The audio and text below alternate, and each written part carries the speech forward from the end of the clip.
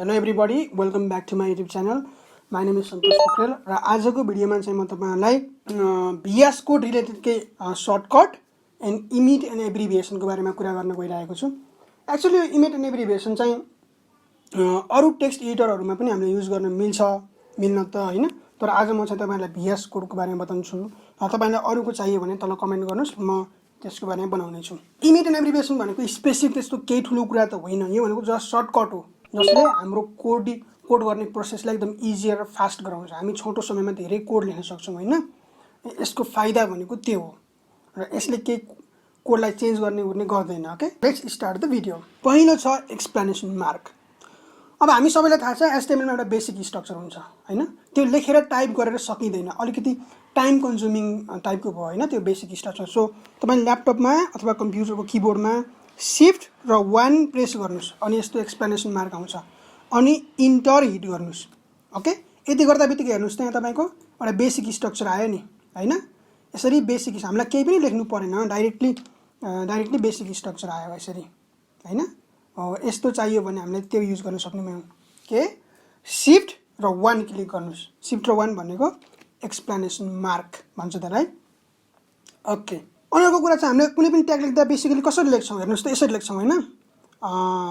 P tag P लेख्छौं अनि यसरी क्लोज हुन्छ हैन।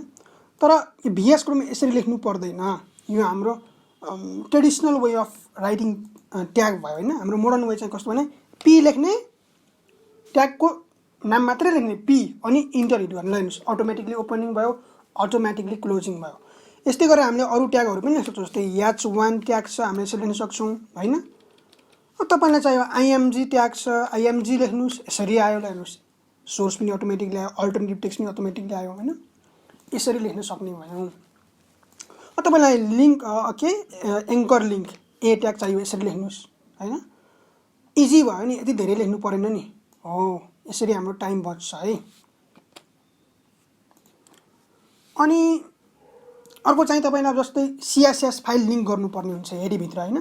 त्यसको लागि तपाईहरुले कसरी लेख्नुहुन्छ, लिंक हैन। ट्रेडिसनल वे चाहिँ यस्तो हाम्रो लिंक लेख्छौं अनि रिलेसन स्टाइल शीट यहाँ REL लेखेर हैन यसरी लेख्छौं।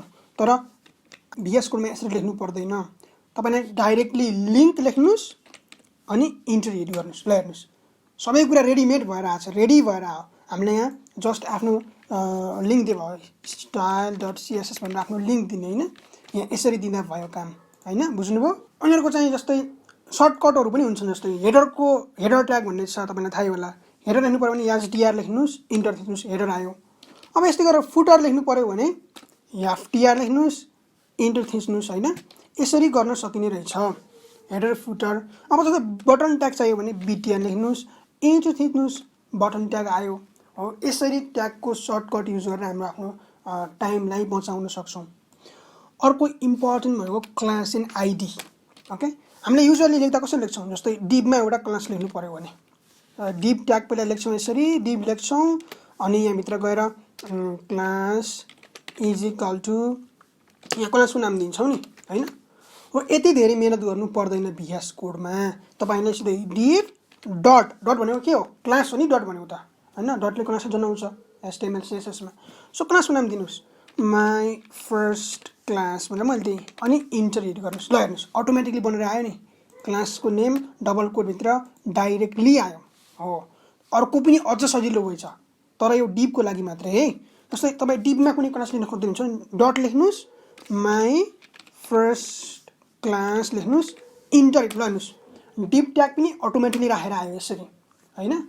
तर फेरि अरु ट्यागको लागि यसरी काम गर्दैन, जस्तै डट h1 लेख्न खोज्नुभयो भने यसरी काम चाहिँ गर्दैन नि, फेरि डिभमै आउँछ। फेरि तपाईलाई h1 भित्र कुनै क्लास चाहियो भने h1 dot my h1 class भनेर लेख्नुस् अनि इन्टर हिट गर्नुस्। हेर्नुस्, h1 भित्र क्लास बनेर आयो यसरी है। अब आईडी को लागि के गर्ने त, आईडी को लागि ह्याज राख्ने। जस्तै तपाईलाई कुनै डिभ भित्र आईडी चाहियो भने डिभ ह्याज माई फर्स्ट आईडी भनेर मैले लेखेँ अनि इन्टर हिट गर्नुस्। हेर्नुस्, डिभ भित्र ID is equal to double quote भित्र यसरी बनेर आयो। धेरै इजी भयो नि हैन। तपाईले डाइरेक्टली डिभ भित्र डाइरेक्टली गर्न सक्नुहुने भयो, ह्याज 1 गरेर इन्टर हान्नुभयो भने डिभ भित्र अटोमेटिकली आईडी बनेर आउने भयो। अब दुईटा आइडी चाहियो भने के गर्ने त हैन जस्तै तपाईलाई यहाँ भित्र दुईटा क्लास चाहियो दुईटा आइडी त हुँदैन आइडी युनिक हुन्छ दुईटा क्लास चाहियो भने .1 .2 दुईटा क्लास एउटा 1 भन्ने एउटा 2 भन्ने फेरि स्पेस हैन नि यहाँ बीचमा स्पेस दिनु भने गडबड हुन्छ कुरो स्पेस नदिकन डट हान्ने हैन .2 भनेर हान्ने यसरी 2 अनि इन्टर हान्ने लाग्नुहोस् दुईटा क्लास बनेर आयो एउटा 1 भन्ने क्लास एउटा 2 भन्ने क्लास हैन यसरी बन्ने भयो डिपको लागि पनि सेम भयो तपाईलाई एउटा आइडी चाहियो एउटा क्लास चाहियो भने कसरी गर्ने होला डिप पहिला क्लासको नाम दिउँ 1 अनि आइडी को नाम दिउँ आइडी भनेको फर्स्ट भनेर आइडी दिएँ ल हेर्नुस् क्लास बनेर आयो आइडी बनेर आयो कति सजिलो भयो अटोमेटिकली भयो नि हो यो एकदम सजिलो हुन्छ कोडिङ गर्नलाई हाम्रो टाइम सेभ हुन्छ इजी वे हामीले सबै कुरा सम्झिरहनु पर्दैन अब अर्को कुरा जस्तै हामीले h1 छ h1 ट्याग हैन यसभित्र हेलो वर्ल्ड भनेर लेख्नु पर्यो हामीले यसरी लेख्छौं यो अलिकति टाइम कन्ज्युमिङ हुन सक्छ डाइरेक्ट वे चाहिँ के हो भने VS कोडमा h1 लेख्ने कर्ली ब्रासेस लेख्ने अनि हेलो वर्ल्ड भनेर लेख्ने अनि इन्टर हान्दिनुस् सरी बाहिर गएर हैन माउस कर्सरलाई बाहिर लानु पर्यो अनि इन्टर हान्नुस् ल हेर्नुस् हेलो वर्ल्ड अटोमेटिकली लेखेर आयो नि हैन जस्तै मलाई प्याराग्राफ भित्र केही टेक्स्ट लेख्नु छ रे प्याराग्राफ भित्र लोरेम भन्ने यो अहिले पछि भन्छु म प्याराग्राफ भित्र हेलो वर्ल्ड हेलो नि हेलो न भयो hello world how are you भनेर लेखेँ अनि यति लेखेपछि बाहिर जानुस् हैन बाहिर त जानु पर्यो बाहिर गएर क्लोज गर्ने अनि इन्टर हान्नुस् ल हेर्नुस् अटोमेटिकली पी भित्र बनेर आयो यसरी इजी भयो नि यो त हैन अब अर्को छ नेस्टिङ भनेको कुनै ट्याग भित्र अर्को ट्याग लेख्नु पर्यो तपाईलाई जस्तै मानौ एउटा एक्जाम्पल डिप भन्ने ट्याग छ रे यसभित्र तपाईलाई यूएल भन्ने अर्को ट्याग लेख्नु पर्यो यसभित्र एलआई लेख्नु पर्यो भने यत्रो लेख्न टाइम लाग्छ नि त हैन तपाईले डाइरेक्ट लेख्न सक्नुहुन्छ के यो कुरा कसरी लेख्ने होला तलपट्टि म देखाउँछु है सेम कुरालाई डिप लेख्नुस् अनि ग्रेटर देन साइन लेख्नुस् डिप भित्र भनेको यो चाहिँ है डिप भित्र यूएल भित्र एलआई अनि ट्याब हान्नुस् ल हेर्नुस् अटोमेटिकली लेखेर आयो यत्रो धेरै कुरा हामीले म्यानुअली लेख्नु परेन है अटोमेटिकली भयो अब तपाईलाई एलआई भन्ने एउटा मात्र आयो तपाईलाई एलआई चारवटा चाहियो कसरी गर्ने होला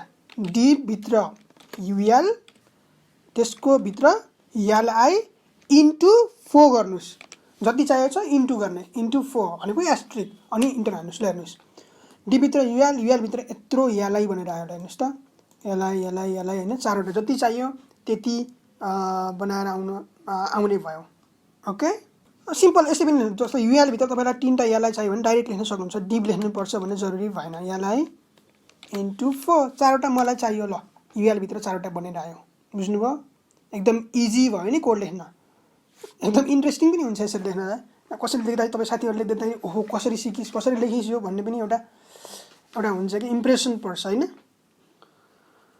अब तपाईलाई विदाउट नेस्टिङ लेख्नु पर्यो रे विदाउट नेस्टिङ जस्तै पहिला एउटा डिप ट्याग छ एउटा लाइनमा तपाईको अर्को लाइनमा फेरि छ प्याराग्राफ ट्याग छ अर्को लाइनमा हेडिङ ट्याग छ अब सरी म यो गर्न खोजिरहेको छैन के भइरहेछ हो म पी अर्को लाइनमा पी ट्याग छ अर्को लाइनमा के छ हेडिङ ट्याग छ h1 ट्याग हैन अब यत्रो लेख्न अलिकति टाइम लाग्छ अभियसली हैन अब अहिले त मैले सिरियली ट्यागको नाम लेखेर फटाफट भयो जस्तो देखियो अब यति लेख्न सक्नुहुन्छ यसरी लेख्न सक्नुहुन्छ हेर्नुस् div लेख्नुस् plus लेख्नुस् P लेख्नुस् plus लेख्नुस् h1 लेख्नुस् अनि इन्टर हिट गर्नुस् ल हेर्नुस् अटोमेटिकली बनेर आयो यसभित्र हामीले आफ्नो कन्टेन्ट लेख्ने यसरी आफ्नो कन्टेन्ट लेख्न पायौं हैन त एकदम इजी भयो नि यसरी लेख्नलाई हैन ल मैले यसलाई क्लियर गरे यसलाई अब तपाईले जस्तै एउटा एंकर लिंक भन्ने ट्याग छ हैन यहाँ भित्र तपाईले जस्तै https://google.com भनेर google.com भनेर लेख्नुहुन्छ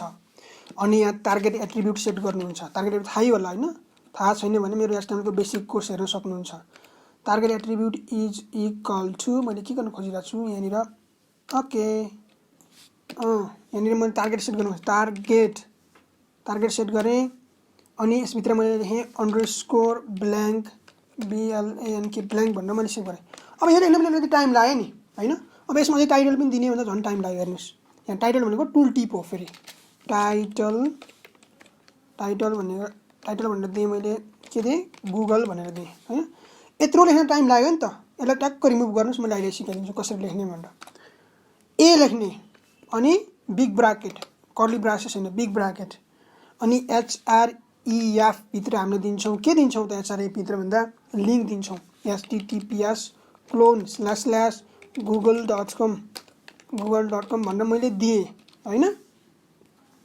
अनि टार्गेट मैले यही सेट गर्छु टार्गेट के दिन्छु _ ब्ल्याङ्क भनेर दिएँ हैन। अनि अर्को कुरा के दिन्छु त अर्को कुरा त टाइटल दिन्छु टाइटल = गुगल भनेर दिएँ। अब इन्टर हिट गर्नुस् त के हुँदो रहेछ म्याजिक ह्यापन हुन्छ ल हेर्नुस् म्याजिक टक्क ए ट्याग भित्र अटोमेटिकली मिलेर आयो हामीलाई केही पनि गर्नु परेन हैन। यति सजिलो हुने रहेछ एब्रिभिएसनहरु युज गर्दा। अब फर्म र इनपुटको बारेमा हेरौँ है। फर्म र इनपुट फर्ममा पनि सर्टकटहरु छन्। फर्म ट्याग हान्नुस् ल हेर्नुस् फर्म FORM फर्म हान्नुस् अटोमेटिकली फर्ममा एक्सन एड भएर आयो हैन ल हेर्नुस्। अब यसरी सर्ट आयो। अर्को कुरा फर्म हान्नुस् अनि मेथडको नाम हान्नुस्। हामीले गेट र पोस्ट मेथड युज गर्छौं नि फर्ममा हैन। फर्म क्लोन हान्नुस् क्लोन हैन टाइप गर्नुस् अनि गेट अथवा पोस्ट कुन मेथड हो मैले पोस्ट युज गरेँ ल हेर्नुस् अटोमेटिकली एक्सन आयो मेथड आयो। हामीलाई के लेख्नु पर्यो त परेन नि। अब गेटको चाहियो भने के गर्नुहुन्छ फर्म लेख्नुहुन्छ अनि क्लोन लेख्नुहुन्छ अनि गेट भनेर लेख्नुहुन्छ अनि इन्टर हिट गर्नुहुन्छ ल हेर्नुस् अटोमेटिकली बनेर आउँछ। धेरै इजी भयो कोडिङ गर्न हैन। अनि अर्को कुरा इनपुट चाहियो तपाईलाई इनपुट टाइप टेक्स्ट भनेर चाहियो हैन। जस्तै एउटा फर्म छ रे फर्म भित्र हाम्रो इनपुट टाइप छ रे इनपुट टाइप टेक्स्ट भने सिधै इनपुट मात्रै लेख्नुस् अनि ट्याब हान्नुस् त के हुन्छ ल हेर्नुस् इनपुट टाइप टेक्स्ट। तपाईले INP मात्र हान्न सक्नुहुन्छ INP मात्रै लेख्नुस् अनि ट्याब हान्नुस् ल हेर्नुस् नेम आइडी समेत एड भएर आयो INP मात्रै हान्दा इजी भयो नि यत्रो टाइम सेभ भयो हाम्रो हैन। अनि तपाईलाई चाहिँ इनपुट त टेक्स्ट भयो तपाईलाई इनपुट टाइप अब पासवर्ड चाहियो भने इनपुट हान्नुस् अनि क्लोन हानेर पासवर्ड टाइप गर्नुस् त अनि ट्याब हान्नुस् ल हेर्नुस् input type = password name ID भनेर आयो हैन। तपाईलाई इनपुट टाइप अब सबमिट चाहियो रे बटनको हैन इनपुट सबमिट भनेर लेखेँ अनि इन्टर हिट हान्नुस् ल हेर्नुस् सबमिटमा सबमिट लेखेर आयो टाइप = भ्यालु अटोमेटिकली लेखेर आयो हैन। तपाईले इनपुट क्लोन यस मात्रै लेखेर पनि सबमिट बटन निकाल्न सक्नुहुन्छ। यसरी म्याजिक हुन्छ इनपुट यस लेखेँ ल इन्टर हिट हाने ल हेर्नुस् अटोमेटिकली सबमिटमा टाइपमा सबमिट भ्यालुमा इम्प्टी भनेर आयो हैन। यो भयो फर्मको कुरा हैन। अब टेबलको कुरा गरौँ है। टेबल टाइपमा हामीले कहिले युजुअल लेख्ने तरिका के हो TABL लेख्छौं अनि यसरी एंगल ब्राकेट क्लोज गर्छौं यत्रो गर्नु पर्दैन। डाइरेक्ट टेबल लेख्नुस् इन्टर हिट गर्नुस् टेबल आयो TR लेख्नुस् इन्टर हिट गर्नुस् TR आयो TD लेख्नुस् इन्टर हिट गर्नुस् TD आयो TH लेख्नुस् इन्टर हिट गर्नुस् TH आयो यसरी आउँछ हैन। अब अर्को हामीले अघि अप्लाई गरेका थियौं यो लिस्टमा त्यस्तै गर्न पनि सकिन्छ। टेबल TABL टेबल भित्र एउटा TR भित्र TD कतिवटा 3वटा TD भन्नु पर्यो भने इन्टर हान्नुस् त के हुन्छ ल हेर्नुस् टेबल भित्र TR भित्र 3वटा TD भनेर यसरी आयो नेस्टिङ भयो एकदमै इजी भयो पनि हैन।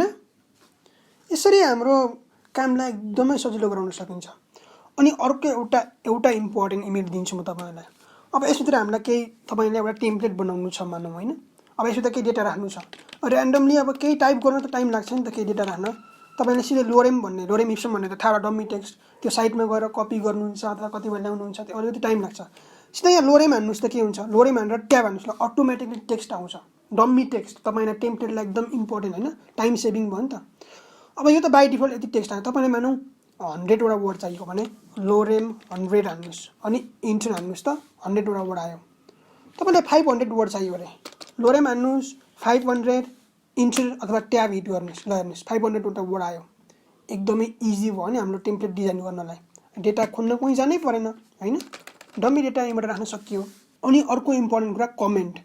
अब HTML मा कमेन्ट त एकदम इम्पोर्टेन्ट कुरा हो। HTML भन्दा पनि जुनसुकै ल्याङ्ग्वेजमा पनि कमेन्ट एकदमै इम्पोर्टेन्ट छ डकुमेन्टेसनको लागि कोड बुझ्नको लागि पछि हैन। सो कमेन्टको लागि पनि हामीसँग एउटा सर्टकट छ।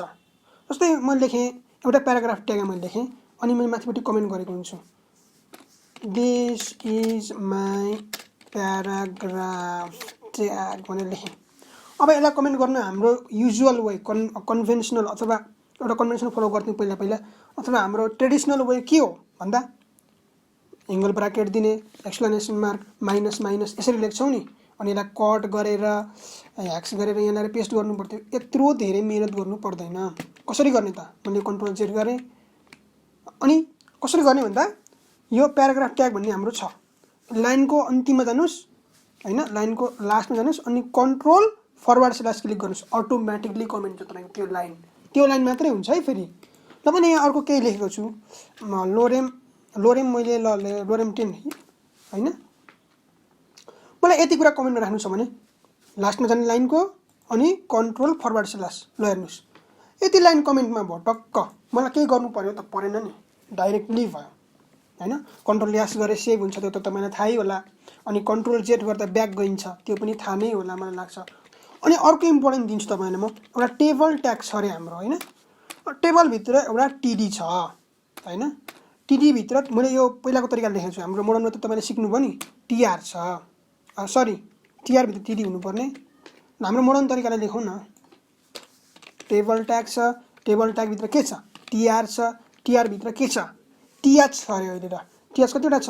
4वटा होइन 3वटा छ त। ल हेर्नुहोस्, टिआरभित्र टिएच बनेर आयो। तर मलाई लाग्यो यो टिएच नहुनुपर्ने, त टिएच लेख्नुपर्ने, मैले झुक्किएर टिएच लेखेछु। अब यसरी रिप्लेस गर्न टाइम लाग्छ नि, टिडी बनाऊ यसलाई, फेरि यसलाई टिडी बनाऊ होइन, यसरी गर्न त एकदम टाइम लाग्यो नि त होइन। तपाईँसँग डेटा पनि छ भित्र भने त झन् टाइम लाग्छ। भने कसरी गर्ने होला भन्दाखेरि पहिला तपाईँले यहाँ टिएच छ है, पहिला तपाईँले सुरुको टिएचमा क्लिक गर्नुहोस्, लास्टमा है एच पछि, अनि अल्ट क्लिक गर्नुहोस्, अल्ट क्लिक गरिराख्नुहोस्, नछोड्नुहोस् कि। अनि कहाँ कहाँ रिप्लेस गर्नुपर्ने हो त्यहाँ कर्सर लगाएर क्लिक गर्नुहोस्, टिएच यहाँ हो यहाँनिर रिप्लेस गर्नुपर्ने, यहाँनिर रिप्लेस गर्नुपर्ने। अब अल्टलाई छोडिदिनुहोस् तपाईँले अनि ब्याक स्पेस क्लिक गर्नुहोस्, रिप्लेस गर्नुपर्ने के हो? टिडी हो, टिडी लेख्नुहोस्, सिम्पल। ल हेर्नुहोस् सबै एकैपटक रिप्लेस भयो, यत्रो टाइम सेभ भयो होइन। यसरी हामीले टाइम सेभ गर्न सक्ने रहेछौँ। Okay guys, thank you so much for watching this video. मैले यो भिडियोमा यति नै सिकाएँ। अरू पनि छन्, तपाईँले गुगलमा गएर इमिट भनेर टाइप गर्नुभयो भने डकुमेन्टेसन आउँछ, धेरै छन् होइन। यो चाहिँ हाम्रो मेनली युज हुने कुराहरू हो। सिएसएसमा पनि हामीले इमिट लगाउन सक्छौँ, खास त हामीले एचटिएमएलमै हो इमिट युज गर्ने म्याक्सिमम टाइम होइन। यसले चाहिँ हाम्रो कोडलाई स्मुथ बनाउँछ, कोडिङ प्रोसेसलाई टाइम सेभ गर्छ, तपाईँले इम्प्रेसन दिन सक्नुहुन्छ अरूलाई होइन। कतै जबको इन्टर्नसिपको इन्टरभ्यूमा जानुभयो, तपाईँले गरेर देखायो भने अरूले भन्दा 5 मिनट पहिला तपाईँले काम गरेर सिद्ध्याउन सक्नुहुन्छ कि यसरी, अथवा तपाईँको साथीहरूलाई इम्प्रेसन दिन सक्नुहुन्छ। Okay, thank you so much for watching this video. तपाईँले एचटिएमएल सिएसएस कोर्स चेक गर्न सक्नुहुन्छ, वेब डेभलपर कसरी बन्ने भनेर चेक गर्न सक्नुहुन्छ। मेरो युट्युब च्यानलमा त्यो कोर्सहरू अलरेडी अभाइलेबल छन्। Okay, thank you so much.